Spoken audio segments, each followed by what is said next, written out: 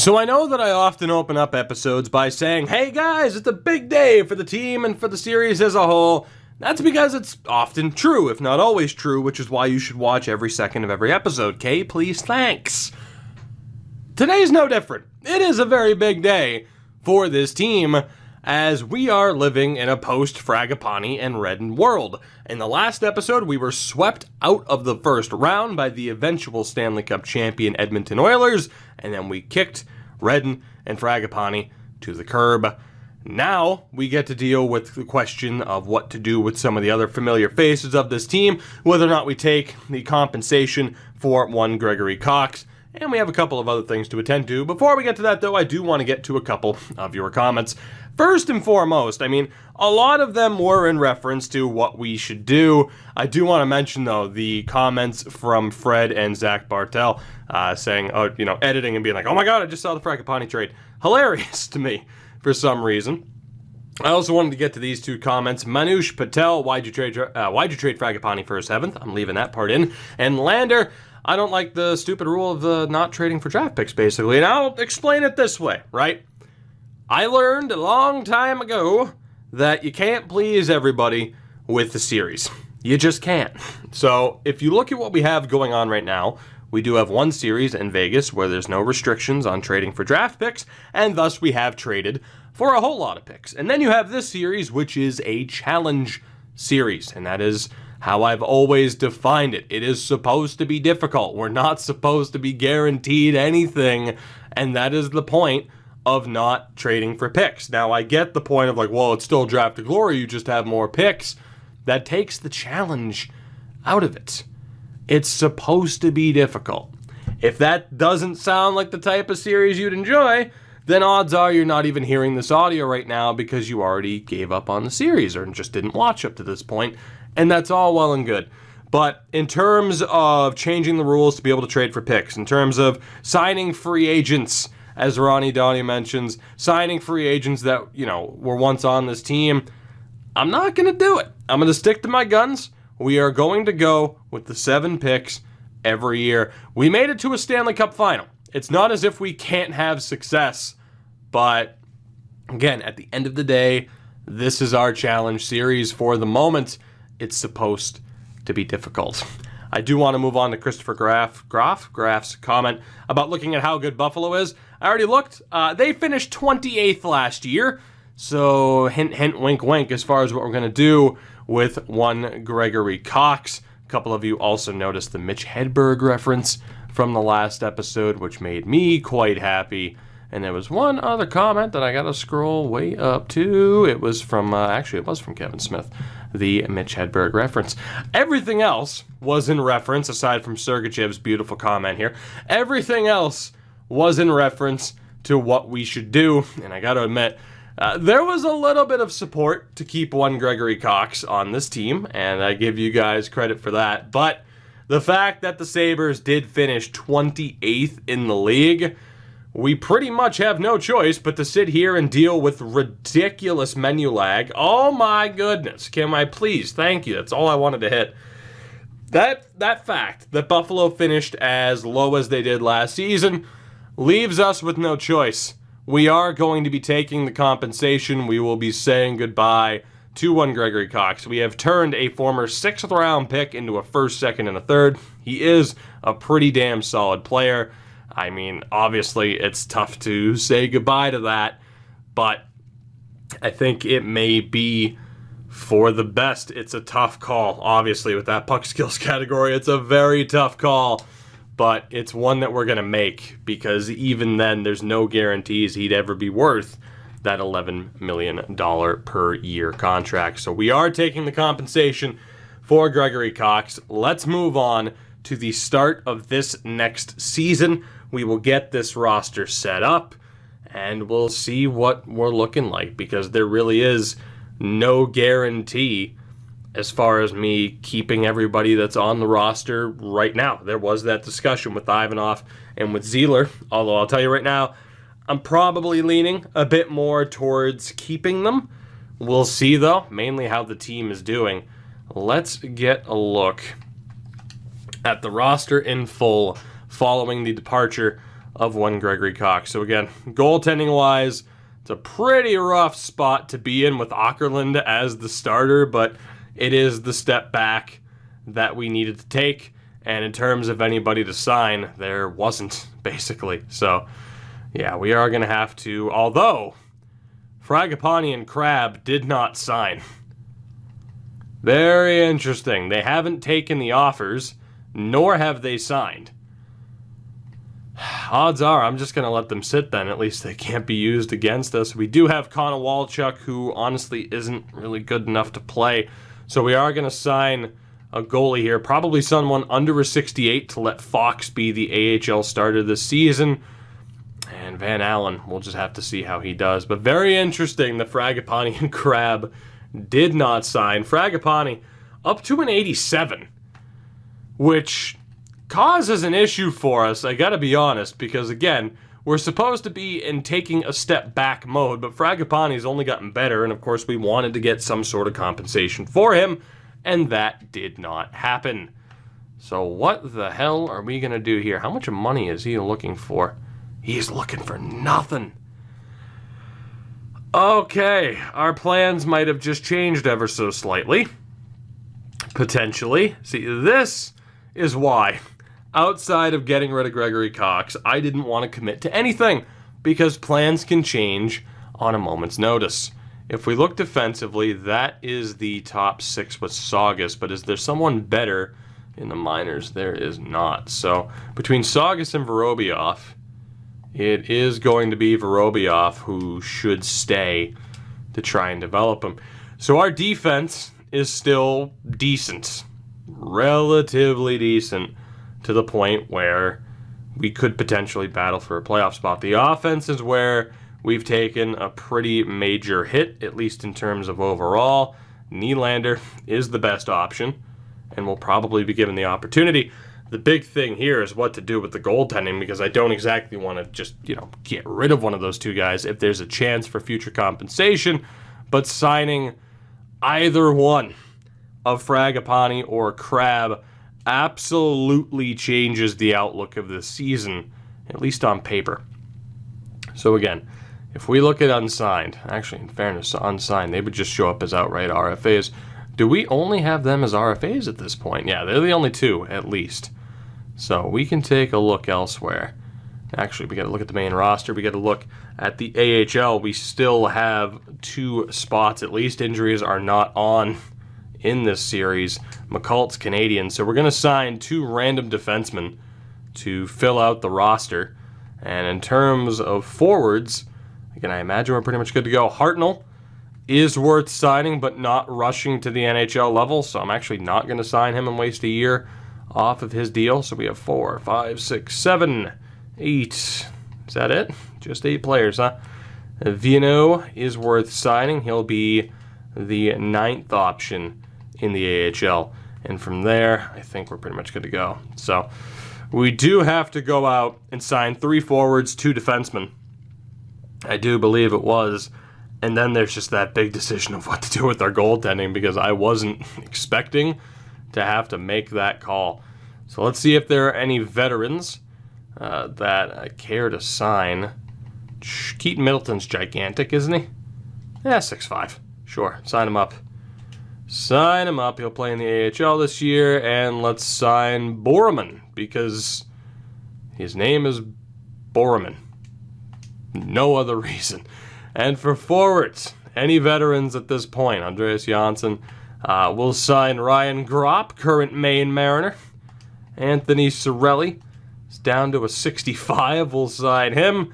And a new Anaheim Duck, Daniel Sprong, but you're a bit too good, so we'll go ahead and sign Zach Fisher to help fill out this lineup. I'm trying to get all of that done before I go back to the goaltending scenario that we have here, because that's going to make or break our season, I would say, depending on what the hell I choose to do here. The fact that neither signed, both are still currently free agents. I imagine just at this point, I was supposed to sign a goalie, but am I?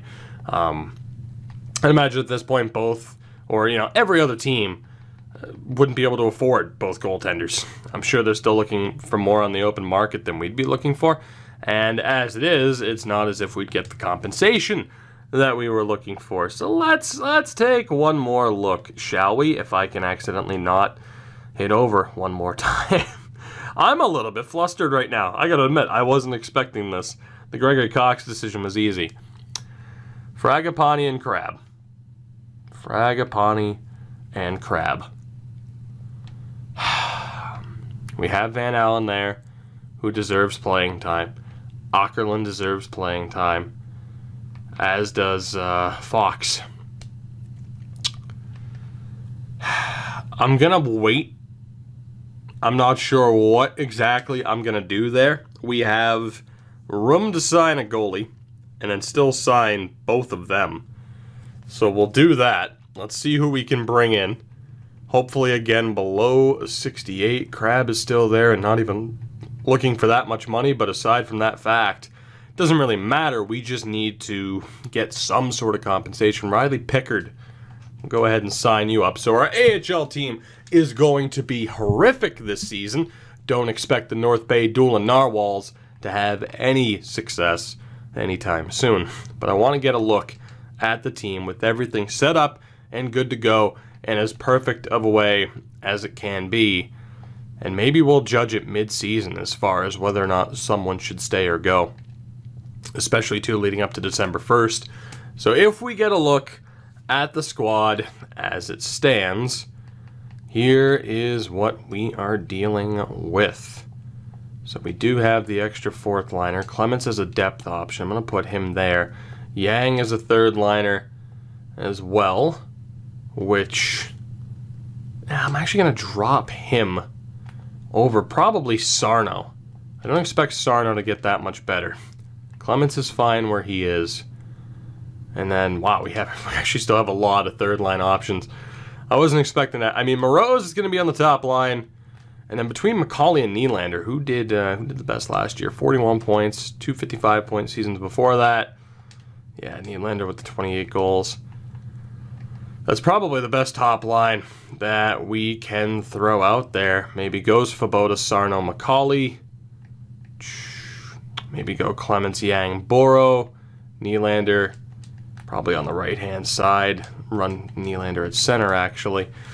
Is it a horrific team? Not exactly. It's not great by any stretch of the imagination. But it's hardly the worst team we've ever seen. I mean, then you get to the goaltending with Torsten Åkerlund, and it's like, okay, well, what the hell is he going to be able to do? I think we just have to judge this off of what the team looks like as we continue along. We're going to take out Toby Crowder, bring in Pickard, and have Fox as the starter amongst the defensemen. Sean Mayer, we actually don't have to worry about unless one of our guys is scratched, which I believe is the case. Is not the case. I thought for a second that James and Casper were there. But we do have our top four then. And amongst the forwards, is there anybody that we care about that's currently scratched? Not Christopher Davies. Fisher we don't really have to worry about. Skewen and Theodore, neither we have to worry about. So yeah, we're fine. I mean, fine is a subjective term at this point, obviously. But at the very least, everyone that we want playing is in the lineup. There's not much else to do here aside from just get the season underway, see where we stand, and make a decision from there as far as whether or not Ivanov should be on the way out, whether or not we should potentially sign a goalie, which that option's still there. In terms of captaincy, I'm not going to name one. We're going to have Zeeler, Ivanov, and kind of a tough call on who gets the other one. I mean, Richter's one of the long-term members of this team at this point. I think Moreau's, just for the fact that he's still scoring goals and has scored goals ever since we've called him up. That's going to be the leadership group at the moment. I do wonder, though.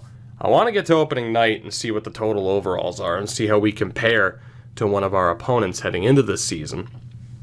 And I also want to take a look at how many draft picks we have now. Through, of course, compensation. The only way that I'm getting extra draft picks in this series. So, we'll see what happens once we get here. I just think the only thing that I'm nervous about right now, right? Because I'm a little bit nervous right now. is what we do as far as just making sure that we don't half-ass this rebuild.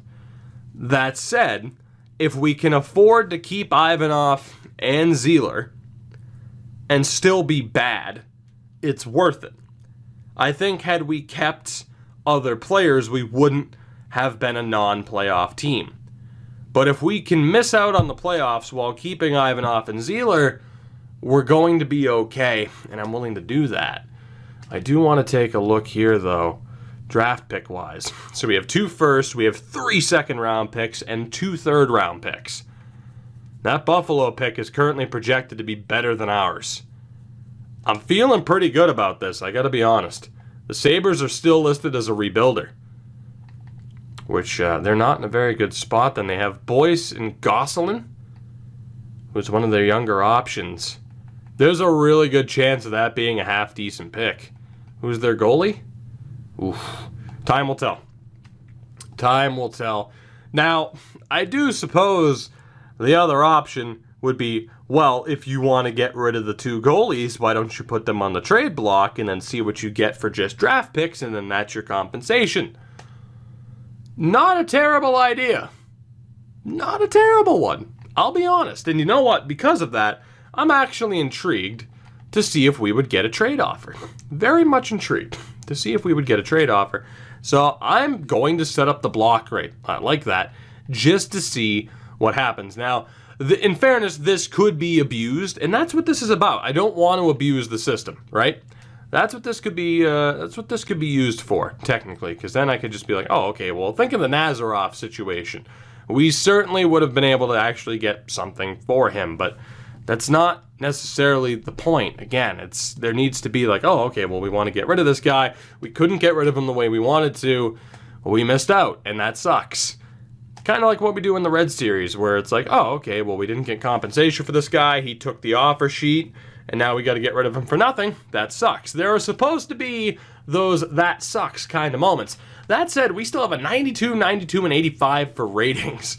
I'm not sure how bad we're going to be, and that was the point. Now, granted, the rating system, as it currently stands, is pretty stupid, in my opinion, where it really should just be the average overall of your forwards to have your offensive rating, your defensemen to have your defensive rating. Stu Crabbe has been offer sheeted. Wow, that was late. That was late. That problem, though, is solved. $6 million over 3 years from Detroit. That is an extra first and third round pick. Oh, that's beautiful. Now, I really like Stu Crabbe, right? But in terms of his numbers, 67 games last year, and it just wasn't there. And not to mention, playoff-wise, but again, if the goal is to step back, he's the right guy to get rid of. And for a first and a third round pick, no doubt in my mind I'm taking that. I don't care how bad Detroit is. We're taking that. Stu Crabbe is off to Detroit. So maybe, just maybe, there is that outside chance of us picking up some extra compensation for Fragapane as well if the Red Wings were in the market that late, as I thought that's what that was going to be. But it is a scouting update. We'll take a look here, though. We're 0-3. That Stu Crabbe news is a huge, huge relief for me. We pick up our first win of the year against the Rangers. The goal is to miss out on the playoffs, but maybe not be the worst team in the league. But if we can miss out on the playoffs, oh my God. If we can miss out, get lucky in the lottery while keeping some of our top-notch talent that will help bolster up the new blood that we're bringing in, we're going to be good to go. Unfortunately, we have won 5 games in a row to end the opening month of October. We're at 5-3, and North Bay, shockingly, has a winning record as well. We are currently in a 4-way tie for second place in the division.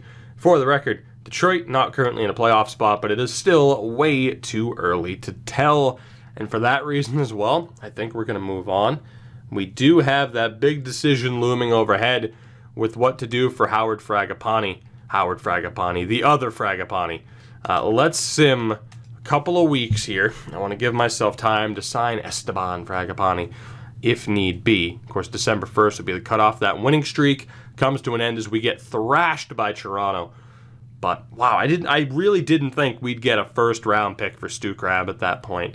He wasn't a terrible goalie, but obviously, in theory, butchering our goaltending is a decent way to drop down the standings. That said, it's not as if an 83 overall isn't good enough to win a goddamn Stanley Cup. We've seen it time and time again. So, just big question marks surrounding this season. Just how much would we have to tear down this team? And with all the compensation that we have, we might not even have to tear down this team that much further. If Buffalo is bad enough, this could be a Colorado situation where we're a playoff team and we're getting a top pick. So this could be exactly what we needed. Maybe we've gotten rid of just enough to get us to where we want to be without having to completely tear it down. Where as it stands, we're currently in a playoff spot, one of the wild card spots, and I believe, actually it's dead even, so there'd really be no way to tell without getting further into it. Nylander has 15 points in 18 games. I want to take a look here. Goalie-wise, Åkerlund has not done well at all. Jared Van Allen's been phenomenal, so that's about right, isn't it? Amongst the defense, if we can get there, Shattenkirk hasn't done much. Even Zieler's scoring has been down a little bit. Rene Francois has done well in an improved role. And let's see here. So Nylander, 15 points. Only 8 points for Ivanov. Minuses across the board, too. Moreau's up to 10 goals. 8 points there. 4 for Sarno. 8 for McCauley. Yeah, Clements, Yang, and Boro. McGammond, Nylander, and Jean-Francois has absolutely earned a higher role. It's not to say that Clements necessarily deserves to be dropped, but I think he's going to be, and I think we're going to bump up Francois all the way to the second line, which, funny enough, is not the first time that we've done that. Can Clements play center? He can, thank God. Who has the better shot? More accurate shot, I believe, went to Ryder McCammond. And then as far as this is concerned, Francois on the right. McCauley can't play center, so we'll move over Svoboda, and that'll be how we line up moving forward. As we'll continue on with the sim, looking like we're going to have, my goodness, the menu lag is out of control right now, or it's just like double registering button presses. It's super weird. Regardless, December 1st is the cutoff point for Fragapane, the goaltender. I don't think we're going to be getting an offer sheet for him. I was so excited. I thought that was it. I know it's 10 days away, damn it. I think at this point we just leave him as unsigned. There's no point in bringing him in, trying to bolster up the goaltending. It's obvious. With who we have right now, we're not going to be a great team. We might be able to sneak into the playoffs, but let's be honest, we just get stomped by Edmonton again. I don't think there's going to be a magical run, even if we bring in Fragapane and he puts up Hall of Fame numbers. So, best choice right now is probably just to leave him unsigned. That is what we're going to do. No late trade offer for him, so case in point, that trade offer theory doesn't even necessarily work because it needs to rely on teams having an opening. Oh my God. Let's go. What is that? A November 31st, or November 30th, November 31st, Jesus Christ. What's that? A November 30th. I was thinking October for some reason. A November 30th, or December, I should say. November 30th, last second Nylander style offer for Esteban Fragapane from the Arizona Coyotes. 6-7 million, 6,785. I was going to round it up to 6-8. I'm sorry, I'm in a genuine state of shock. I thought it was ridiculous that we ended up getting compensation for Stu Crabbe. We're getting some very late compensation for Esteban Fragapane, which is perfect.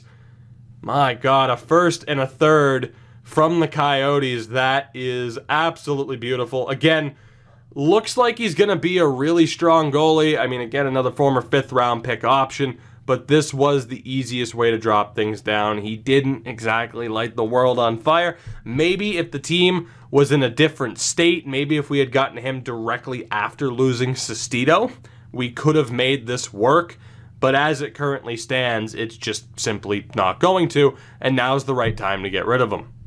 So with all that said, I think we're good to go. Esteban, it's been nice having you on this team, but we're going to take it. An out of nowhere first and third round pick, thanks to the offer sheet from the Coyotes. We're at 10, 9, and 4 on the season. Technically the 8th seed in the Western Conference.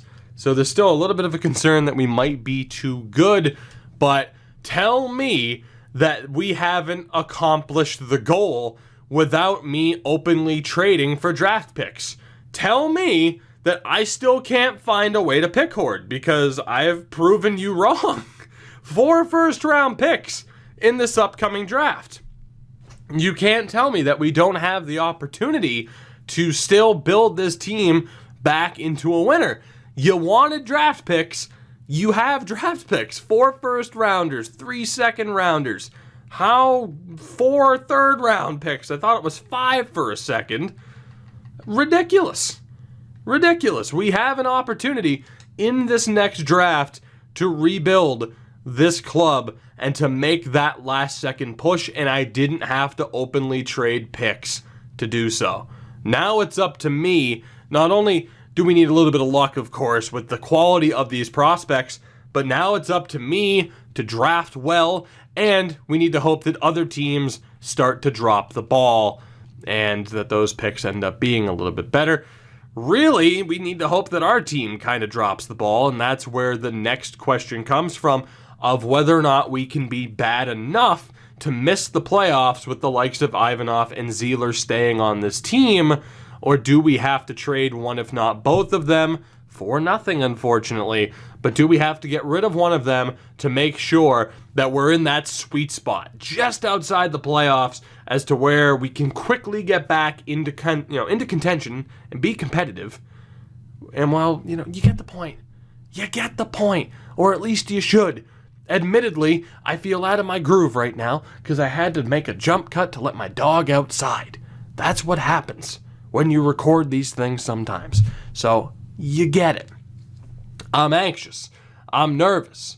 We've somehow managed to get compensation for nearly every player that I was hoping to get compensation for. We had those late offers out of nowhere to help that process along, and now it's just waiting to see the results as we continue forward. Will we be in that sweet spot? Right now we currently are, just outside of the playoffs. We have what will hopefully be a phenomenal draft coming up to bring in the talent that can help push up and boost up who we already have to get this team right back to where we want to be, to where we arguably should have been with the Redden and Fragapani core, not to mention the likes of Niedermeyer seasons ago. As of January 1st, we are 14, 18, and 4. North Bay with a shockingly decent record, all things considered, for that team. And there you go. We are currently 7 points out of the playoffs. Ideally, where we'd want to be. And if you look here too, let's actually take a look at the divisions. Let's take a look here. So in the Central, where we had to move Arizona over, they're currently outside the playoffs. They're currently outside the playoff structure. And for the Buffalo Sabres, they've just snuck in, but Detroit, not so much. We have a really good opportunity here, guys, to have a solid draft ahead of us. I don't know if we're going to get into the top 3, the top 5, or even the top 10. But we are going to get some damn good talent in this upcoming draft. We're looking really good. I'm not upset about where we are right now. I'm just so anxious and nervous for these picks. It's just, where are they going to land? Right now, again, though, the Detroit and Arizona picks looking decent. Buffalo, with the addition of Gregory Cox, might be a little bit better than we were hoping that they would be. But still, another first-round pick is another first-round pick. Are you kidding me? That's an amazing opportunity for us. I do want to take a look at the roster as a whole before we take a look at the numbers. No development there, really, from what I've seen. That's the main thing I wanted to check. Saga still a 78. Amongst the forwards, anybody over a 78? No. Ricci, though, a 76. Could be joining this team sooner rather than later. So Nylander, 12 goals, 21 assists. Ivanov's finally gotten the assist game going, and Moreau's 20 goals in 36 games. He cannot stop scoring goals. It's ridiculous. Ben McCauley struggling a bit this year. Svoboda as well. Jean-Francois has done okay, so it's obvious that top six needs a bit of work. I think Yang and Boro are going to be given the opportunity here to take the step up. So a little bit disappointing that Francois has jumped up for someone like McCauley, but I'll take it. And in terms of a goal scorer, I'm actually going to move Francois over. He might be the better goal scorer of the two because Boro's not a center. So on that third line, we have Sarno, who has 13 points, actually still outscoring the others, which is crazy. Who's the best sniper on that line? I'm mainly looking in terms of accuracy, and it is Ben McCauley. We will have Sarno at center. The fourth line will remain the same. Amongst the defensemen, Zieler finally getting it going a little bit. That second pairing isn't terrible.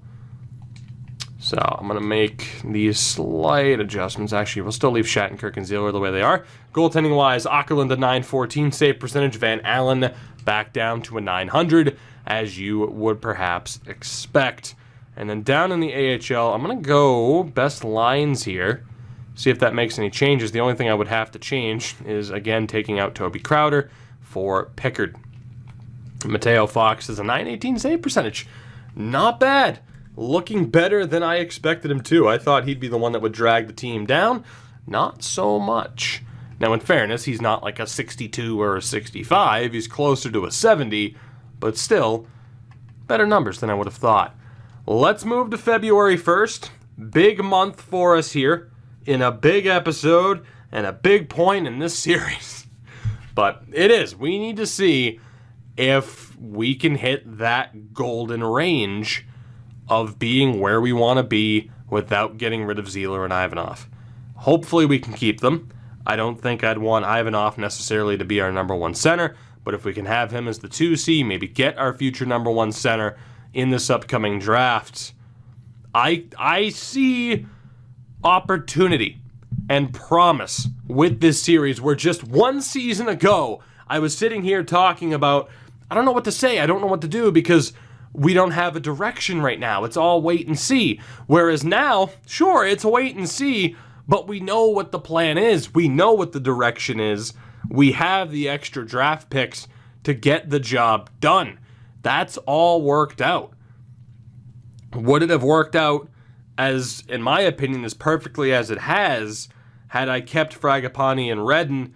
Probably not. Not to mention guys like Barry Fuller and the goaltenders. Probably not. I think we'd be in the same holding pattern. We would have had a couple of extra draft picks, but we would still be stuck with players that have disappointed us or had disappointed us time and time again, where now, again, that window of opportunity is there for some younger players to make this series theirs. We thought this series was about Fragapani and Redden. Maybe it's not. Maybe it's about the players that are on the team right now and the players that will be joining them very shortly. We're at 21, 23, and 5 as of February 1st. We are currently outside the playoff structure. It takes 52 points to be in, so we're 5 points back. This is perfect. This is perfect. If we can just keep this pace, I'm right where I want us to be. Like I said, just on the outside of the playoffs, we have a solid draft, we bring in help, and we challenge in the final few years of the season. Let's take another look at how the teams are doing that we have their picks. Arizona currently in the playoffs. It's a little bit rough, but it's close. And in the Atlantic, both Buffalo and Detroit are out. Detroit on 42 points. They are currently the third worst team in the league. Yes. Okay, let's keep going. No reason to get rid of Ivanov or Zieler right now. We're still right where we want to be. We'll keep an eye on it heading into the deadline on March 3rd. But for right now, we're good to move forward. I'm not going to make any lineup changes in the meantime. Again, injuries are off as well, so we don't have to worry about that break. We're good. It's just how are we going to do? Like I said, man, this is a challenge series, but but sometimes on some occasions when things are looking rough, you have to trust the process. Now, this is my process, not the 76ers process of dropping balloons before you've actually won a game. You can trust me. I'm not going to look that foolish. I might at the draft, and there won't be balloons, so maybe it won't be as cool as we continue to win games. We do finally lose in regulation to Calgary, though. But I'm not upset about this. This team is showing some fight. We're that type of team where if we get help, playoffs. And guess what? Help's on the way. I love it when a plan comes together. I do love it when a plan comes together. Now, I will say we're not completely out of the woods yet, right? We are winning more games than I'd prefer. Again, you could argue wanting to be, the number one, or wanting to have the number one pick in the upcoming draft, or at least the best odds, would be the ideal spot. But we were never realistically going to get there without just a complete teardown. We've done a majority teardown, not a complete teardown. And even then, getting rid of Ivanov and Zeeler, I don't know if that would have been enough or would be enough to make us the worst team in the league. As we are currently 28, 27, and 7 as of March 1st. North Bay at 29, 30, and 3. So their season has really fallen off the rails. As it stands, we are 7 points back of the Canucks, 7 points back of a playoff spot. Arizona, they have moved up into third place, so they are currently in the playoffs. In the Atlantic, though, both Buffalo and Detroit are at the bottom. Detroit might honestly be the worst team in the league, and Stu Crabbe might be everyone's new favorite player. Where are the Red Wings? Third from the bottom, and nothing's going to beat Anaheim, but we have a chance there for, I'd say, a top 5 pick. Right now, it's looking like it. Unless they make up some serious ground, that Detroit pick is going to be very, very, very useful to us. Let's take a look here. Let's take a look. Crabbe, a .908 save percentage, unfortunately, for old Stu Crabbe. And look at that. Gary Lieb. Reunited, fellas. How's it feel to be in Detroit? Probably not that great. You might have been better off here. Funny how that works. Gary Lieb and Stu Crabbe on the same team. Nylander currently with 58 points. Ivanov up to 52, so he's absolutely turned it around. Moroz has 38 goals, and Jean-Francois has had a tremendous season. Zeeler also doing well. So again, just in conclusion here, I don't think we have another move to make. I think we're good. We should still be on the outside of the playoff structure without having to get rid of our 2 best players in terms of overall. We have this draft. We build up. We boost up what we already have, and we're in that strong of a position moving forward. Now, here's the thing. We had to pay both of them a lot of money to stay. I'm going to try to re-sign them on half-decent deals. If I can't, then we'll try to just go year by year to keep them. As it is, we have $19 million in cap space. Nylander is also being paid a boatload of money, but he's at least proven to be worth it. Whether or not that contract was the right move or not, time will tell. But we should still, and actually, that's incorrect. It changed the over, yeah, it's right. That's right. Definitely that's incorrect. At first, I'm like, okay, maybe I did sign them to that much money. I didn't. So what EA did, because we were so far under the cap, is it changed everyone's salaries for the season. Hopefully that's not permanent. I don't think it is. If it is, I'm screwed. But I'm pretty sure it'll just be for this season. So we'll see how that works. Keep an eye out on that situation. Ackerland's up to an 85, somehow still listed as a backup. Fox is up to a 69. Very nice. Defensively, no real help there. And then forward-wise, again, we're looking pretty good. The bottom 6 is having some very rough struggles in terms of scoring. A very rough time.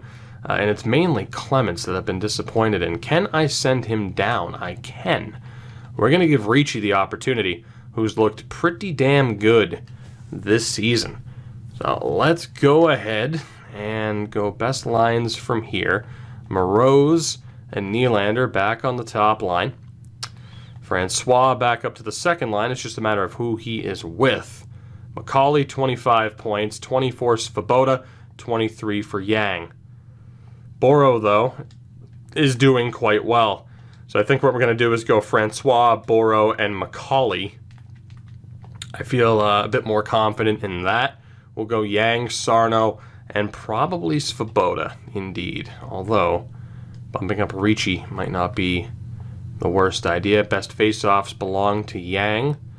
And you know what? I got to admit, because I kind of want a fourth-line guy who has face-off ability. It's going to be Svoboda that gets dropped. He's been the most disappointing. We'll have Ricci on that line, and then between Nylander and McAmmond will be on the right-hand side.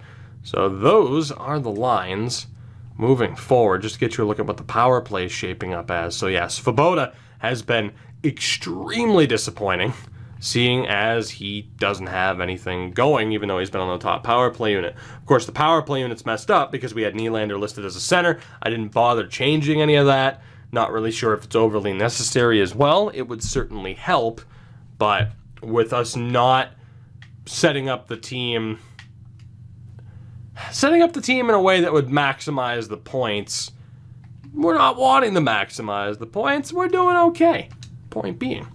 So let's go ahead and sim through the rest of this season. We'll see if we get to the draft, because you know me, I love a good cliffhanger and a good opportunity to say, see, trust the process, I told you so, we're still going to end up with draft picks. Although, the same people who said, well, I'm off with this series, I'm abandoning ship, they wouldn't be watching this right now anyway, would they? So it all makes sense.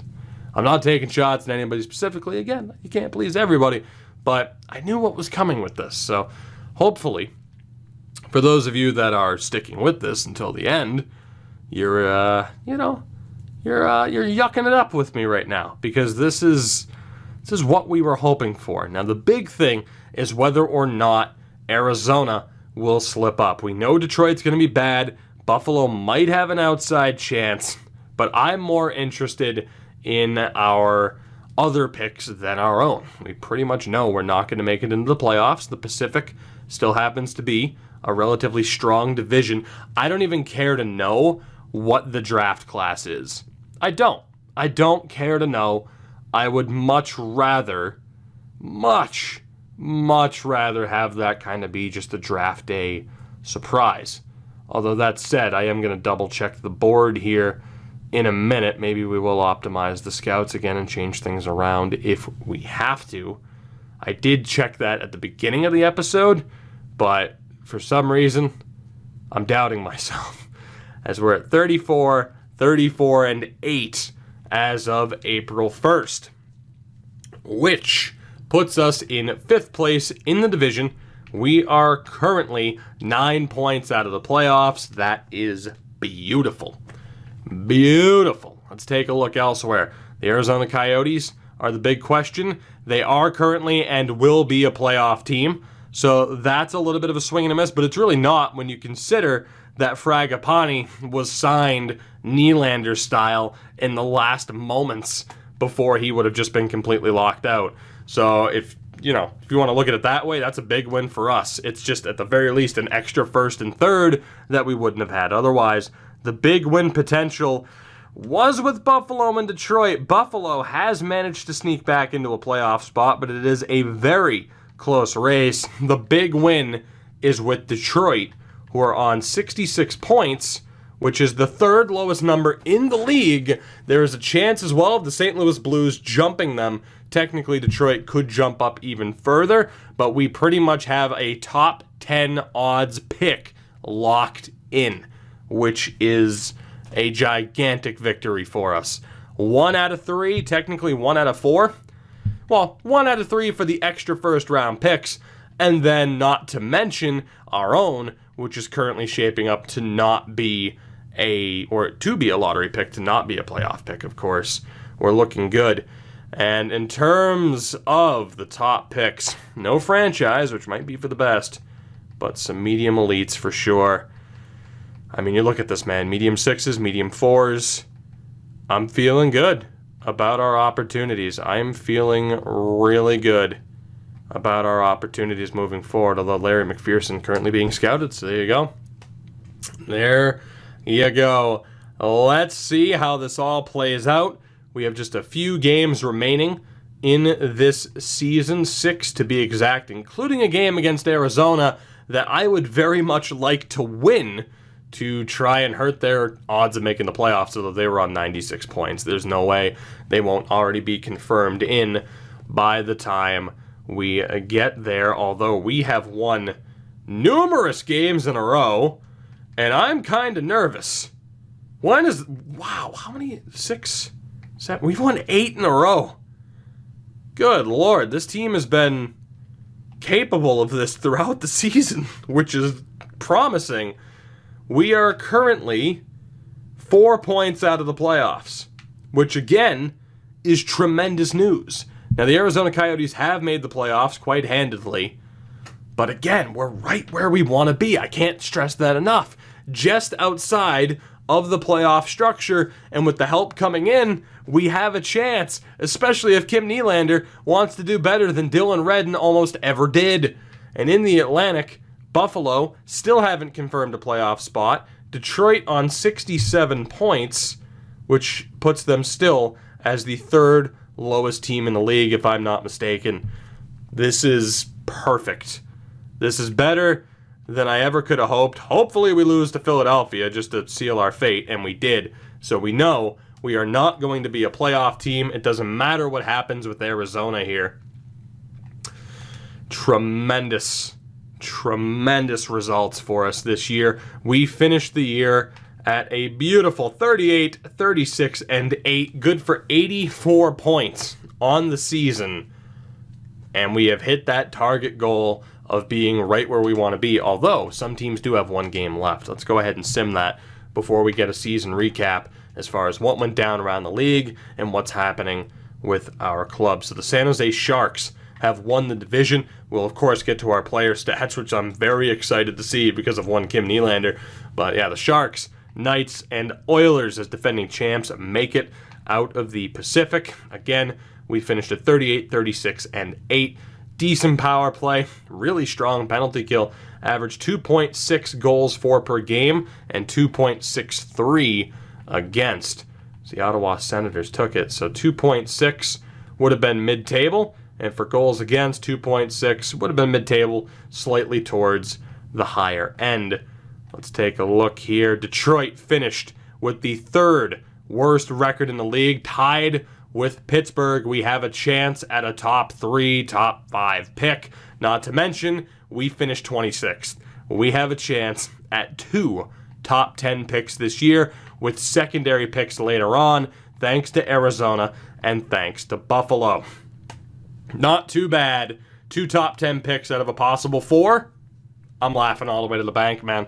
I think that is a tremendous success for us to end up with that result with the moves that we made. And again, we had a breakout star this year in Kim Nylander, 76-point season. His previous highest was 58.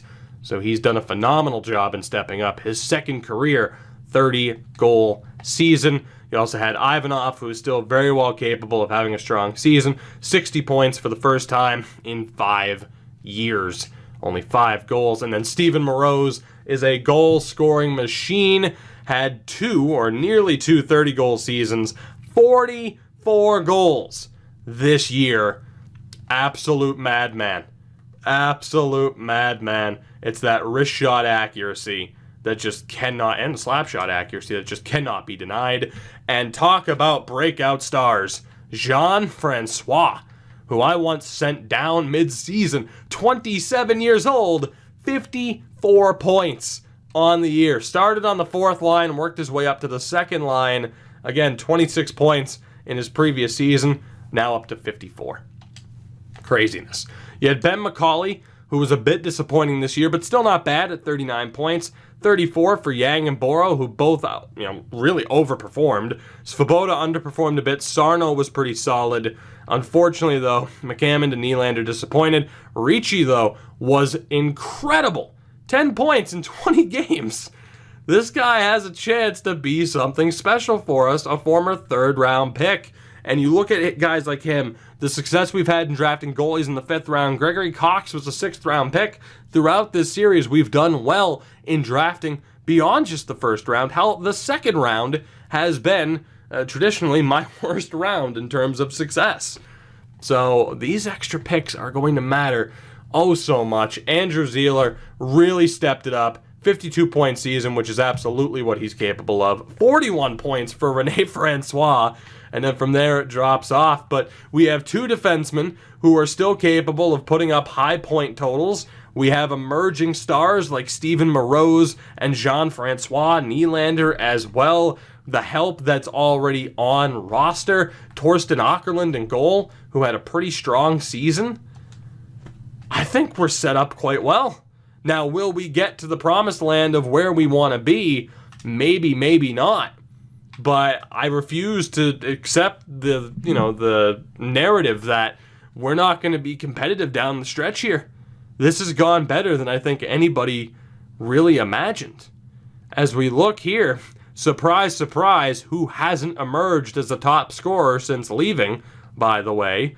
Can't really say I'm surprised. Gregory Cox did tremendously well in Buffalo. Had we had him on this team, though, I think we might have snuck into the playoffs. So I don't regret it. I don't regret getting rid of him. As it is, Kim Nylander had 2 less points on a much worse team. Would he have done that? Would we have played him on the top line if we still had Gregory Cox? Gregory Cox was our top line left wing last year. I don't think we would have seen the emergence of Nylander to this extent. I think it's worked out. And I mean, I'm trying to scroll down here to see where everyone's favorite franchise potential player is. And as you can tell, we're having to scroll down quite far. Dylan Redden, 64 points on that New York Rangers squad. So, I don't know. And then Ivanov had 63. You had 1 more point than Ivanov. Come on, man.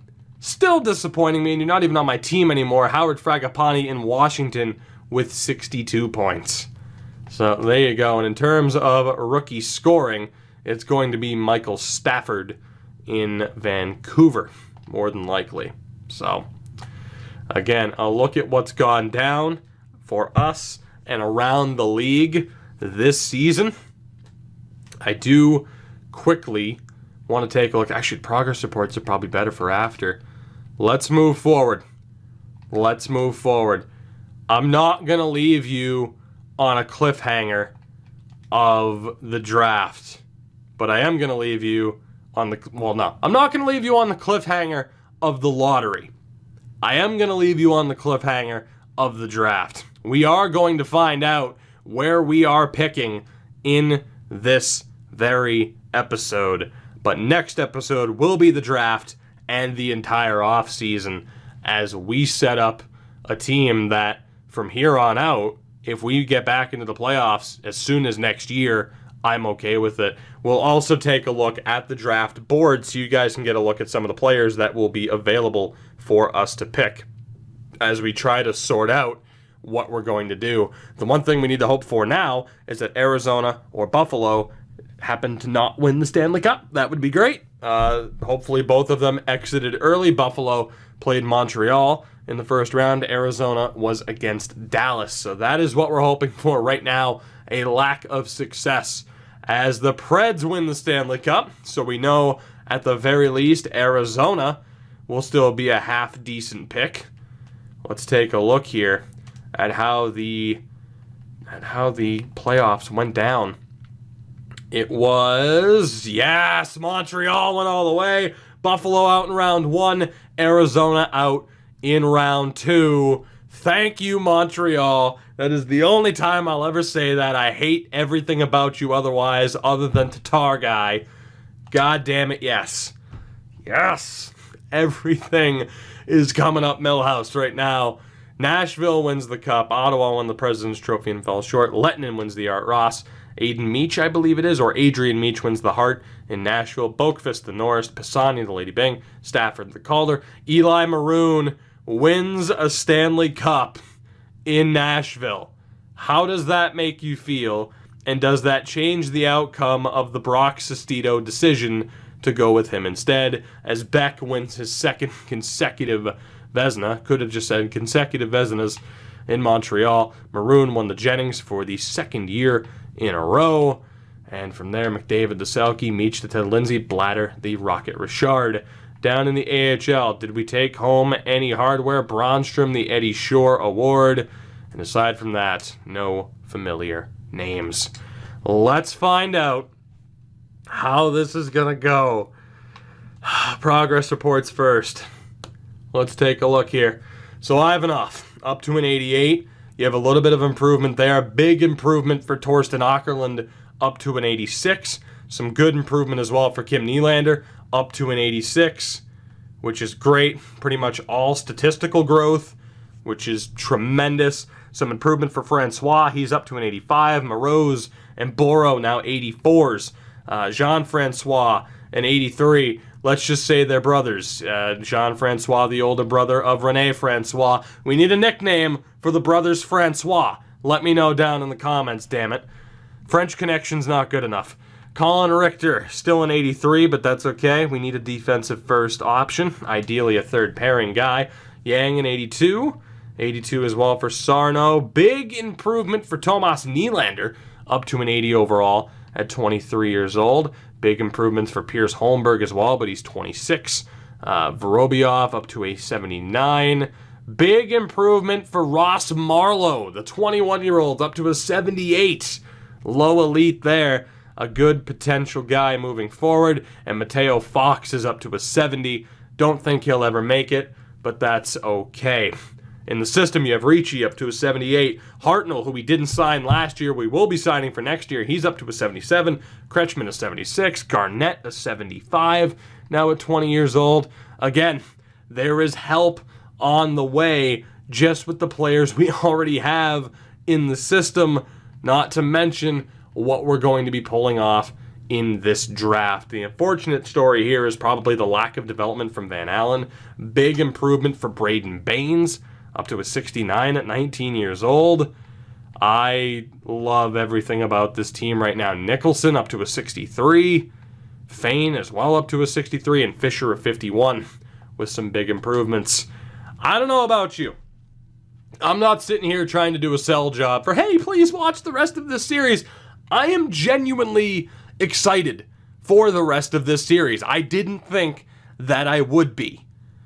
Let's find out where the lottery lies.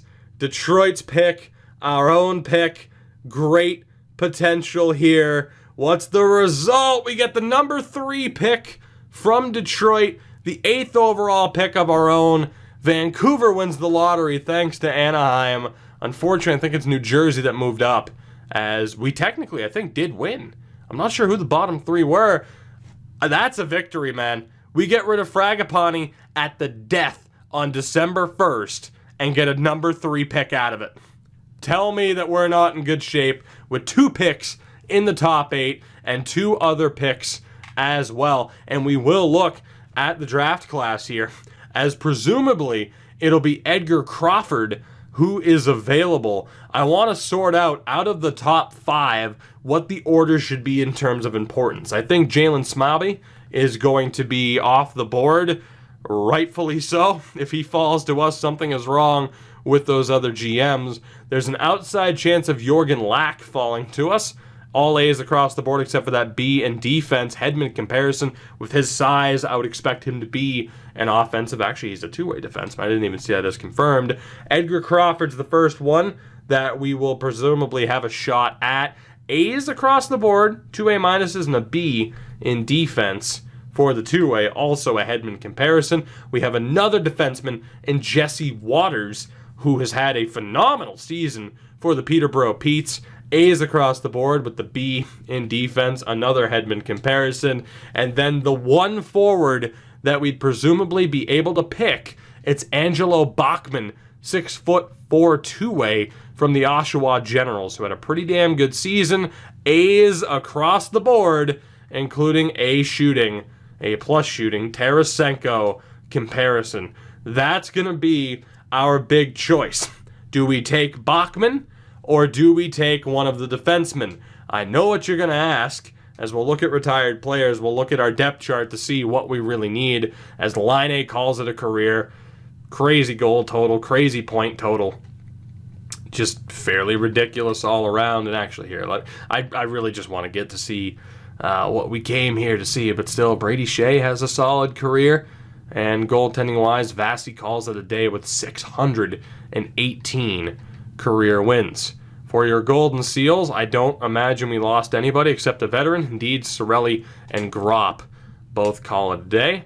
Let's go ahead and stop this, and we'll take a look at the contracts to see what we really need. So in terms of defensemen, we have Zeeler. Shattenkirk still has a little bit of room to get better. We have Francois as well. Vorobiev has a chance to get better. You could argue that the top four in the future might be solved with Zeeler, Shattenkirk, Francois, and Vorobiev. In the system, we have a low elite in McCult, who's looking pretty damn good. The outside medium elite in Nicholson. So if we want to take that forward, if we're taking that forward, we're basically betting on Vorobiev to develop into that top four option that we need, right? However, and I really hope that contract info fixes itself at the end of the season, by the way. If not, I done goofed and we're going to have a rough time, and that is why I normally sign players to $20 million contracts. I genuinely don't know if it fixes itself this year, so there's your answer as to why we do that. Forward-wise, though, again, Ivanov, Nylander, Boro, Moros, Francois as well. Yang's carved out a pretty good spot for himself, and McCauley. We have some good options there. You have Marlowe continuing to develop. Ricci's looking great. Hartnell's there. Kretschmann, Garnett.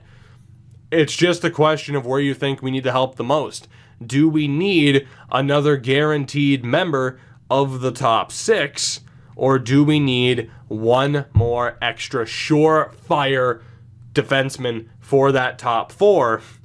That's the big question, and I'm going to leave that up to you guys in the description, and if not, in the comments, or both.